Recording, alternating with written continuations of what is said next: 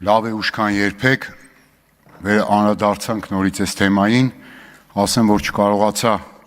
հարց ու պատասխանի ռեժիմի մասնակցենք, ոչինչ ժամանակ կա քննարկենք, որպես կանոն ես իմ խոստումները կատարում եմ, իսկ խոստացել էի, որ ուսանողներին անպայման դասի պիտի գնամ եւ գնացել եմ։ Հիմա բուն թեմային վերաբերող պարոն Թունյան, այնուամենայնիվ բերեք արձանագրենք, որ շուրջ 2 տարի մենք այս խնդիրների մասին խոսում էինք, ոչ թե 8 ամիս կամ 7 ամիս, 2 տարի եւ ի սկզբանե պետք է այս լուծումները լիներ,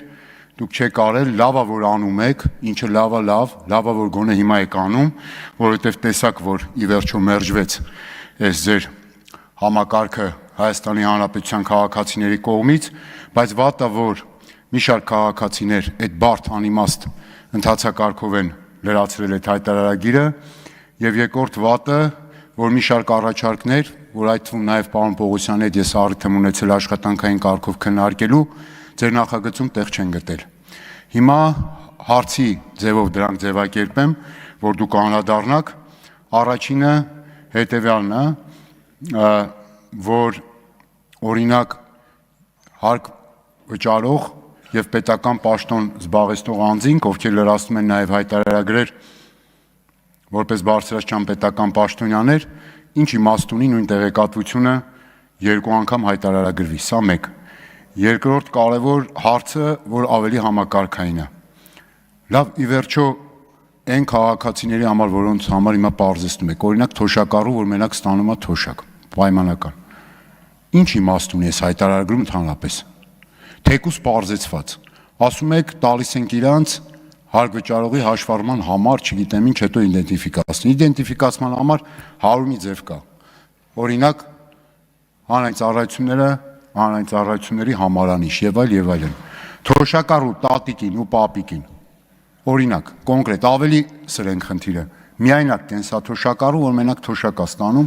այդ էլ դուք եք վճարում որպես պետություն, դուք էլ դրա չափը գիտեք։ Ինչ իմաստ ունի հայտարարագիրը այս պարագայում, երբ որ պետական մի այսպես բազայից տեղեկատվական վերցնում եք դնում եք այնտեղ, հետո համարում եք, չգիտեմ որ չես լրացրել, բայց լրացրած եւ այլն։ Սա անիմաստ վարժություն է, ոչինչ չտվող եւ ընդամենը, եթե այդպես է, ուրեմն այսինքն պետական կապրիզա,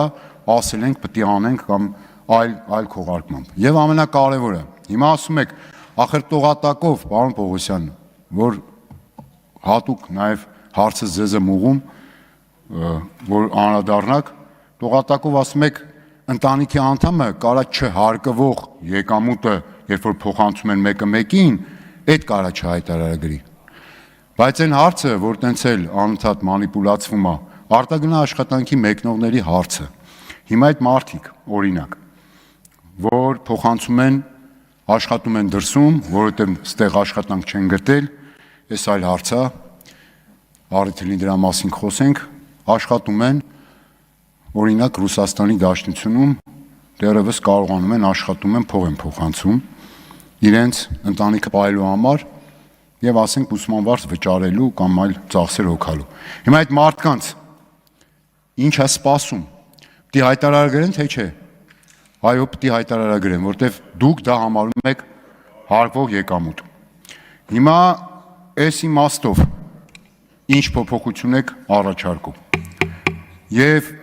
վերջին հարցը, հիմա ես էլ ամփոփ եմ ավարտեմ, վերաբերում է այն քաղաքացիներին, ովքեր որ ընդհանրապես եկամուտ չեն ստանում։ Բացարձակապես որևէ եկամուտ ոչ պետությունից, ոչ էլ որևէ այլ ձևով որևէ եկամուտ չեն ստանում։ Հիմա այդ քաղաքացիների համար նորից այս հայտարարագիրը անիմաստ թեկուզ պարզեցված կախված է մնում այդ մարդկանց վզին որպես պարտավորություն։ Ասեք Ավետիսյան, չէ, վերջ էլի, արդեն մի րոպե ավելի է։ Ասեք վերջին հաշվով ինչ թաքցված նպատակ ունեք։